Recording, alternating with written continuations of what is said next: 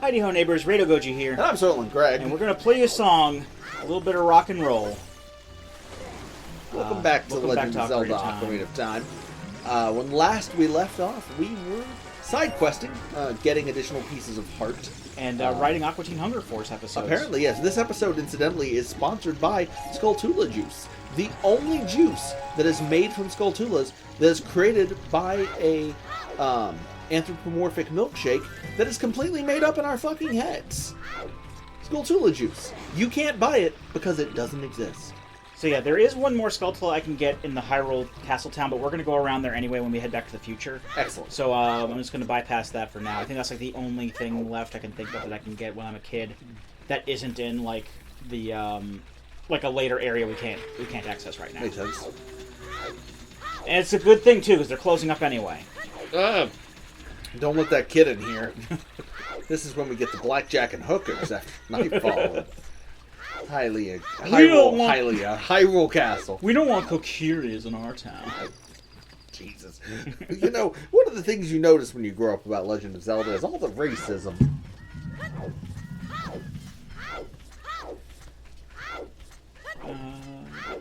So... There's that kid who just rolls everywhere. The rolling kid. I'm very dizzy. Now, if we tried to go into the well when we were an adult, it would be blocked off down there. Mm-hmm. But there's still no water in it. But there's water in this one. Now, when we learned the Song of Storms before, we learned it from that guy in the future. We learned it from that guy in the windmill. Yes, the insane, angry man in the windmill. Well, he's not so insane and angry right now. And what we got to do is play the Song of Storms for him. In order to break his mind. And it will cause like a grandfather paradox with the song. The song technically comes from nowhere. Oh, perfect. If you think about it, because Link learned it from Dude, and Dude learned it from Link. So where's the origin? We ruined this guy's life for a plot point. Eat your heart out, George R.R. Martin. Oh no, now it looks like a Nazi symbol. Oh. That's an exaggeration. Ooh. What was that? It was the well swallowing. Oh. Sorry. It was just a hideous noise. Like we don't even talk to him. Like, yeah, no, your life is over. Yeah, we don't need to talk to him. I'll never be able to catch up to this beat. Yeah, that's pretty much what he's saying. He's like, why is it going so fast now? The insanity doesn't come in until, like, maybe a couple years later. And then he realizes, hey, that mean kid did that.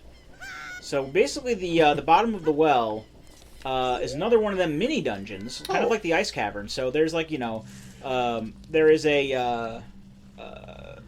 like a dungeon map and a compass in here, and a dungeon item, but there isn't really a boss per se. It's just like a mini boss. Oh no, the bottom of the well, that's where the girl from the ring lives.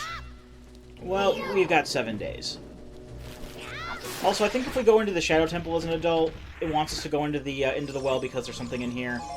Armity! Oh, the hell? Navi. I can hear spirits whispering in the room. Look for Eye of Truth. That is what they're saying, Bliet. Oh yeah, we can go through this wall. So the item that we're looking for is the Lens of Truth, and it will reveal fake walls. Walls we can walk through. It's the X-ray beam of Ocarina of Time. Exactly. Oh, hello. It'll also reveal invisible monsters and such because those exist as well. I'm gonna go for the Lens of Truth first. Because... I think it's nice that they have a portrait of Slitmouth Man on the wall over there. Oh, there he is too. This is his house. Immortalized in bricolage. He was just out for his morning beans. his morning beans at Zora's River. The Triforce symbols. We gotta play this. Excellent. This will lower the water level, and we can just basically go straight for the mini boss and get the Lens of Truth. And then once we have that, we can clear the dungeon of any Skulltulas and whatnot are in here. Oh, good idea. We'll get it cleared. We'll clear the actual objective. Exactly. I don't know why that took me a minute to come up with that word. I don't know, I thought of the word too. Yeah, we'll clear the objectivism. You know, Objectivism. That's what we'll do. Link will discover that A equals A, and will no longer hold up the Kingdom of Hyrule like the Mythical Atlas. He will just allow Ganon to take over. And you know, where is the king in all this? We never see him on screen. He's a completely ineffective dork. I mean, he's the one who should be strapping on a sword and saving Hyrule, but the monarchy never fucking does anything. You know, in the imprisoning war, in that backstory stuff for Link to the Past, the king actually did stuff and fought in the war and stuff, but not this one. You know, they say this. that when Ganon's forces assaulted Hyrule Castle, that the Hylian nobles inside the Winter Palace were playing with tarot cards. This is not creepy at all. I didn't know we were playing Fatal Frame tonight. It's been a few years, but we're back to Fatal Frame 2. When that lady said, "Give me back my arms," this is where the arms went. Oh, well, I think there's no harm in just kind of approaching this. Oh, no! And then what happens? So, stop! Where is he? Well, hey there! Oh, dear God! This is Dead Hand. He is the mini-boss. He certainly is. Hey, buddy. Oh my God, how did I forget this thing existed? Good Lord, it grabs your face! Yep. Oh my God, that's hideous! This is another... and he has the fucking ground attacks from Quest 64! We need to play Quest 64 at some point. Yeah, we do. This is another what? This is another one of, you know, remember when you said, like, Put away! Put it away! You say, like, redeads are a good, like, #1 for things on top 10 lists. This is also on many top 10 lists of those types. What the fuck? You don't remember Dead Hand, I take it. Must have been traumatized into forgetting this. This is hideous! Oh my God, this isn't even like the fucking lizard people where it's just off-putting because of the limitations of the graphical hardware.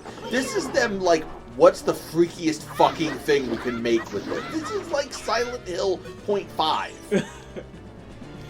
Well, like that thing. Can you do anything about these arms, Jesus? you can destroy the arms, but you need the arms to grab you in order for him to come out of the ground. And then when he dies, he does that. Okay, so we need to add this guy as the next killer in Dead by Daylight. The arms pop out throughout the arena and grab survivors, which allows you to pop out of the ground near them and get a hit. There we go. The Lens of Truth. Yep, and it does use magic. It lets you while see it's Dead on. Hand's true, beautiful form. Yeah, it costs magic powers, and it continuously costs as you use it. Yes, one of the lessons that Ocarina of Time taught us all as children. Seeing the truth will cost you magic power. And there's a hidden chest here. Oh, and now that I'm looking at it, I've noticed that the walls are just skulls. Yeah. And the floor. This is just a big pile of skulls. This is where all the dead of Hyrule go. This is also the same music that plays in the Shadow Temple, by the way. Ah. It is very creepy. Very effective. Props to Koji Kondo. Oh, hell yes. We've talked about the soundtrack before. I talked about the Pitchfork review. Hopefully in the time between this episode and the previous episode that we talked about that, you have gone and read that review, because it's quite good. Not you, Patrick, but the viewer who I am talking to. The viewer. The viewer. The singular, like the royal we. The royal viewer. The royal viewer. Oh yes, let's place a bomb in this festering wound on the ground. Sure. God, this game could be gross sometimes. And Majora's Mask has even freakier shit sometimes, too. Yeah, I was actually going to start playing Majora's Mask on my computer recently, because I don't think I've ever actually beaten Majora's Mask. I'm fairly sure you have. But I was going to... I know you've at least seen the ending. Regardless, I was going to play it. Yeah. And, but I can't seem to get... I downloaded 2 different N64 emulators, and I can't seem to get either of them to work. It's because N64 emulators suck. It's weird. I mean, unless you have like plugins and shit. I don't know which. Because like Project 64, like it's worked for me like on other computers, but it gets to points where it's just like the slowdown is just unbearable from time to time. Okay. And then I have one on my Linux box right now that I can't get to work properly. I can't remap the controller. It's odd to me that like my Linux box, I can emulate PlayStation 2 games and make them look better than the actual PlayStation 2 games, but I can't fucking get a N64 emulator to work. And, like fucking Majora's Mask. I was actually, would I say pissed off? Yeah, probably. Because I get... Oh, are we going to talk about the cart dumping? Well, yeah, because the thing is with Linux, I prefer having Linux, I guess, over other things because I don't like Windows on principles and things for reasons. Either. And I don't like Macs very much because it's all just... I just don't like dealing... I've dealt professionally with Apple, and I dislike them. I have come around on Apple to an extent, just because my primary, like, as an author, my primary production unit for like writing and cover design and everything is a MacBook. So I have kind of come around on them. I still don't. I wouldn't use like my primary desktop as like a Mac or anything. But I'm sorry. Go ahead. Oh, what the cars? Speaking of Aqua Teen. But the thing with Linux is, like, I can get a few, like, some things to work, but then sometimes there are times where I want to get things to work, but I have to go out of the way to, like, not out of the way to do it, but, like, it won't work, like, straight up. Right. And I keep trying to find answers online of how to make things work, and nothing helps. And it's I go to sites that say, like, go to your terminal and put these lines of code in, and then I do it and it still doesn't fucking work. And more often than not, that sucks. More often than not, it's like you have to put these things in, but you have to make sure this thing is installed to work.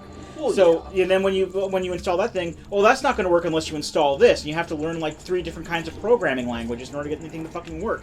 Like I have a basically where I'm going with this is I dumped some. Because I have custom firmware on my 3DS, and I recently learned how to dump cartridges on there, cartridge ROMs. So I've been taking a few. By this, just to clarify that for our listeners, by that he means make a copy of the cart on the 3DS to be played without needing to insert the cart, essentially. Right, and these are games I already own. Right, so, yeah, no, we're not talking about piracy here. We're talking about him backing up games he already owns. Now, so he can lend them to me. In order to play the games, like, you got to convert them into CIA files, which is what the That's system... exactly what the CIA wants you to do. Basically, it installs it so that you can play the game off the home menu. Right. It comes up with a tile. With the 3DS images, you can do that straight away, but with the DS images, you have to go through some, like a forwarding program, like a Java program. And I have Java on my Linux box, but it's in one of those, like, .jar files where it's technically like a... What's the word I'm thinking of? Like executable? No, it's not executable. It's like a zip or a 7z file where it's like an archive file, a compressed file. Okay. Or like a group of compressed files that can be used as an executable if you have Java. Now I have Java on my computer, but it won't fucking execute the JAR file, and I don't know what to fucking do. Huh. And I've tried looking up do I have a Java installed? Yes, Java's installed. I have a work environment or whatever for it. I mean, I would think in the year of our Lord 2019 that Java is a standard install on most Linux distros. Yeah, but you know, I don't know if it's like the version of Linux or if there's like some other magic voodoo shit I have to do. Unless you're on like one of the wacky ones that's like has no like proprietary stuff for like MP3s or Flash or anything like that. That's like 100% like open source or whatever. But nobody uses those except like the real neckbeards. He says going home to his Linux distribution. I'm not one of those neckbeards, you know. I use Linux Mint. Yeah, I use Linux Mint. As do I. And from what I've heard, a lot of people will try to ask for help with Linux things, and then like every comment that they'll get will like blame whatever distro that they use. Oh yeah. And they'll say, no, you should use this one because this one sucks, and that's like your problem. Are you using Mint? Your problem is that you should be using Fedora. Oh, you're using Fedora? No, honey. You need to be on Ubuntu like everyone else. Oh, you're on Ubuntu. That is a trash tier. That is a trash tier distribution.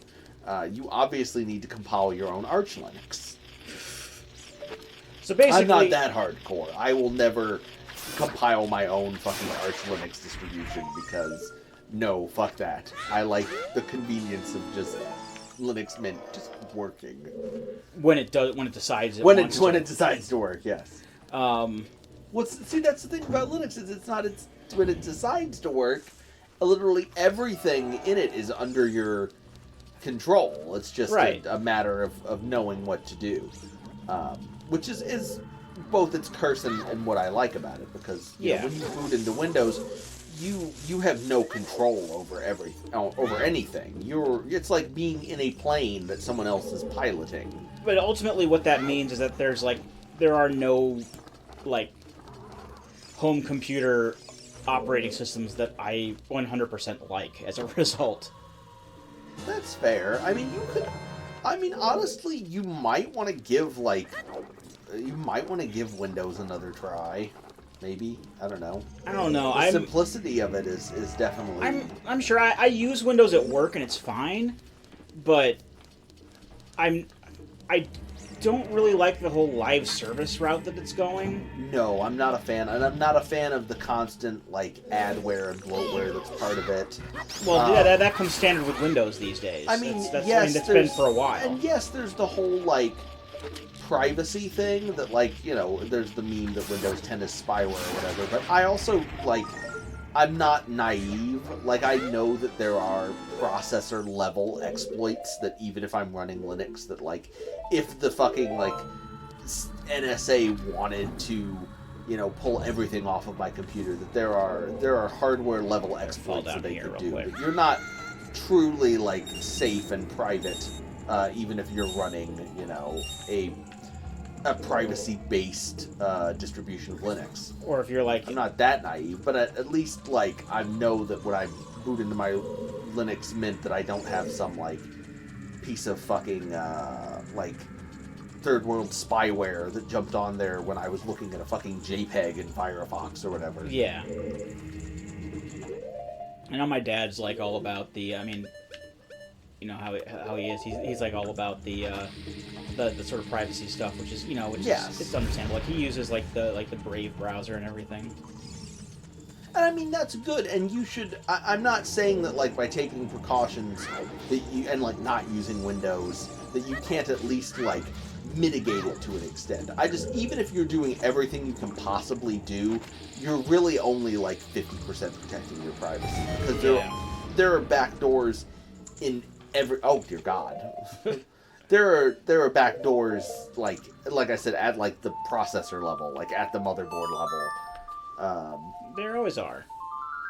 Like someone can find their way in if they're patient enough. Like, but even if you can't protect yourself from world governments, you could at least protect yourself from fucking spyware companies.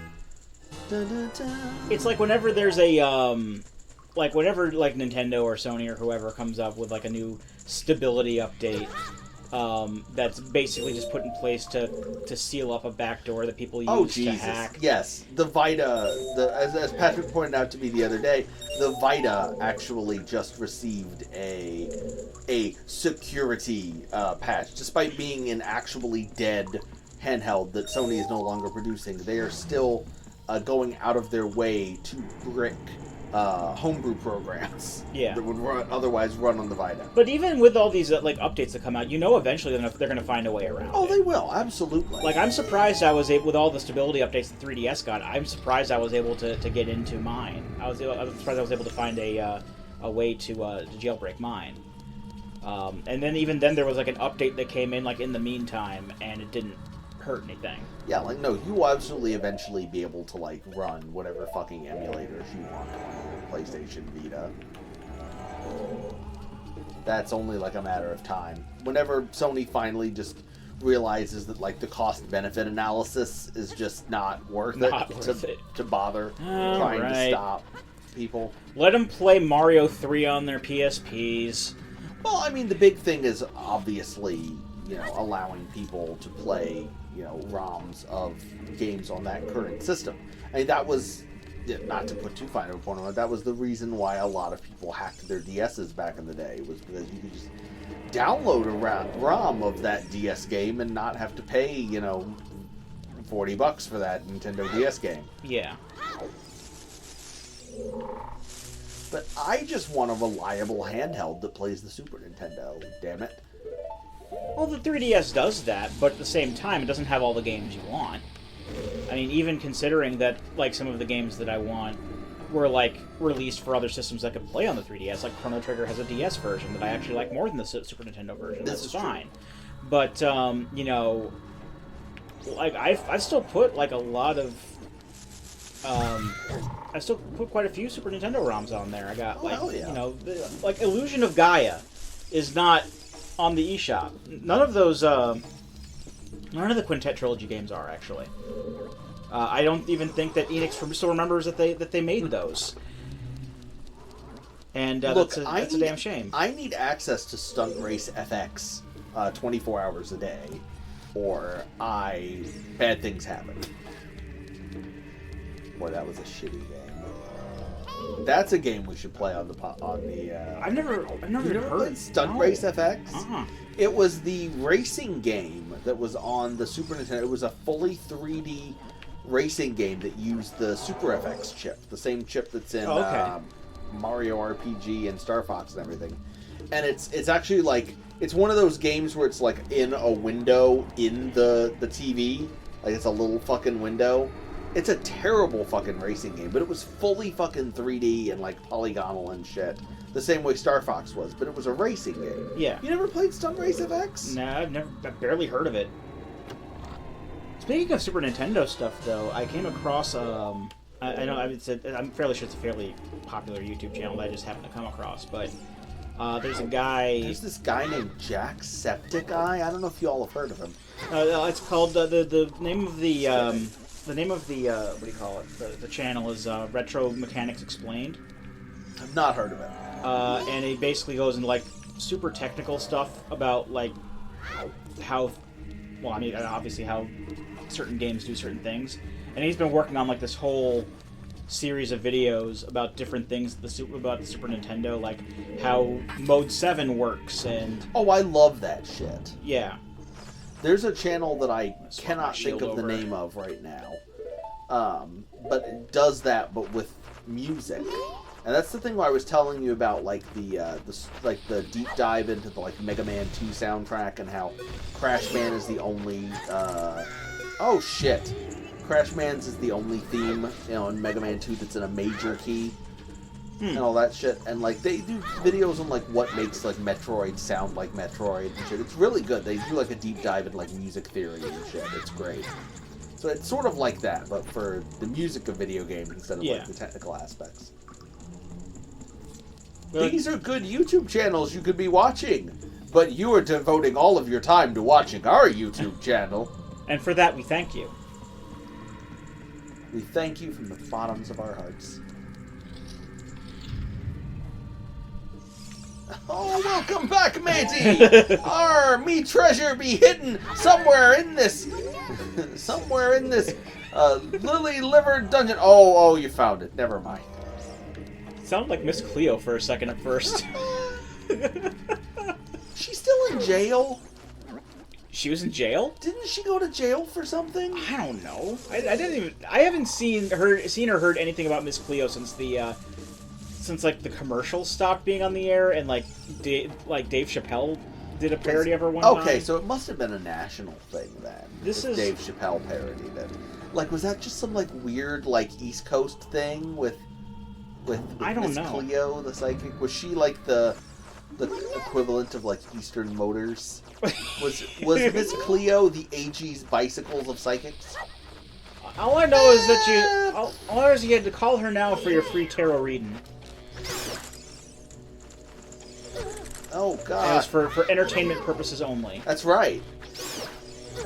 Psychics aren't actually necessarily real. I mean, they could be. You don't know.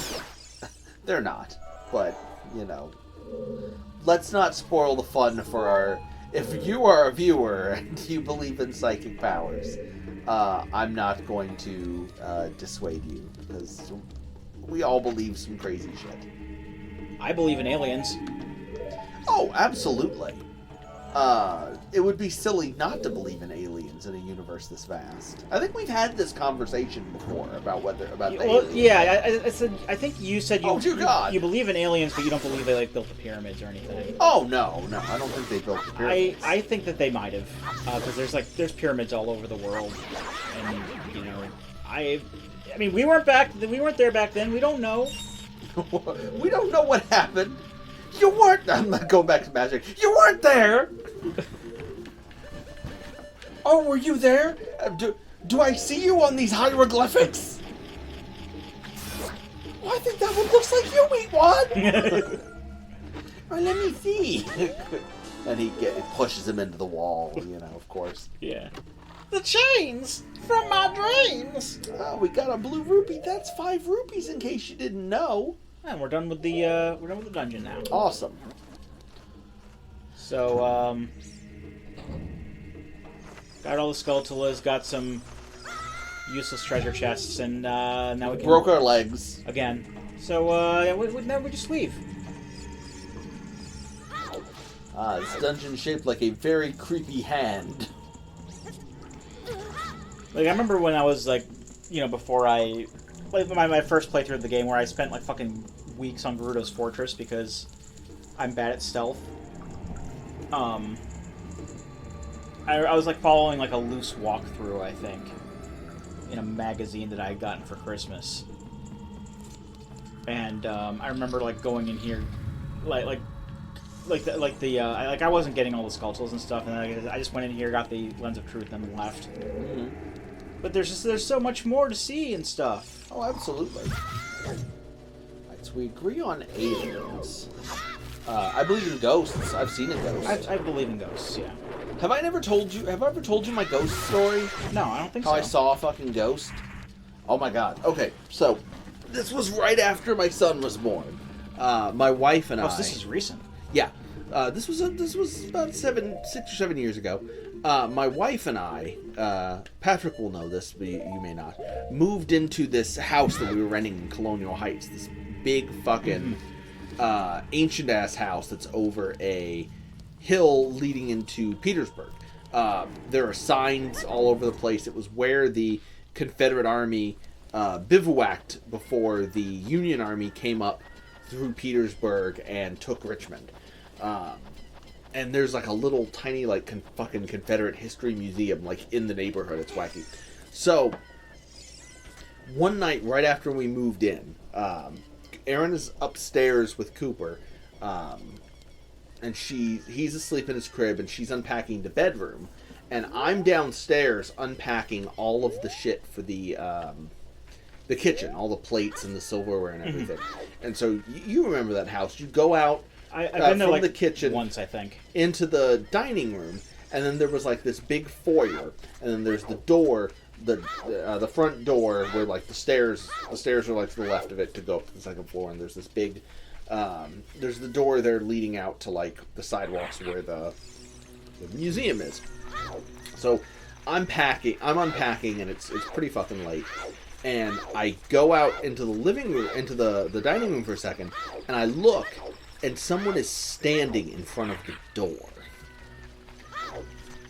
So I can't see them. Like I never saw like what the fuck they looked like. But there was this like silhouette, because like I can see there's like a screen door with the big window, and I can see like the street lights in the neighborhood through them, and there's like a silhouette of like a person. Now, I'm tired, like I'm in the middle of working, so my brain doesn't immediately jump to like ghost. For whatever reason, I think somebody's just fucking wandered into the house. So I look at them and I'm like, hey, like what are you doing?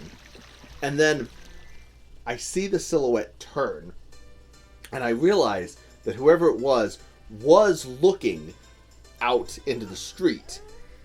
But now they're looking at me. Oh no! And that's when it's tough to describe. It came at me, but it wasn't like running. It was like, imagine if like, you know, if somebody's like hanging from the ceiling, or imagine somebody hanging from the ceiling by a rope, and you like cut the rope and they just fall to the fucking ground. Yeah. That's what it was, but like the ground was like the wall behind me. Like it just fell at me. So I do what any rational person would do. I throw my hands up in front of my face and scream like a little girl. And then I immediately hear the lights come on and Aaron comes charging down the fucking stairs. Like, Greg, I heard you screaming. Like, what's going on? Is everything okay? And I'm like standing there with like my arms in front of my face. I'm like, there was somebody in the fucking house. Like, it was terrifying. And, you know, there were other, like, little things that happened in that house, but I have never, ever had anything happen like that to me before or after. It was scary as shit. And, you know, who knows? There's all sorts of fucking explanations. I could have just been tired and hallucinating. I was not under the influence of any drugs or alcohol that night. We had just moved in, but I never liked that house. Something felt off about it the entire time we were there. Yeah, and probably like one of like the worst periods in like my entire like personal and professional life. With regards to like my job at my shitty call center and like my marriage happened while we were in that house, so I was very glad to leave. But that's my ghost story. It's not like a tremendously like amazing story, but the only thing to recommend it is that it actually happened to me. I forgot to swim. And I know that the timer ran out some time ago. Oh shit! Fuck. While we're on the subject of ghosts, the reason that I believe in ghosts is because my parents saw one years ago. Oh, cool. They were staying at. This was like, I don't even know if I was born yet. Mm-hmm. But they were staying at a family friend's house. Well, you wouldn't have known.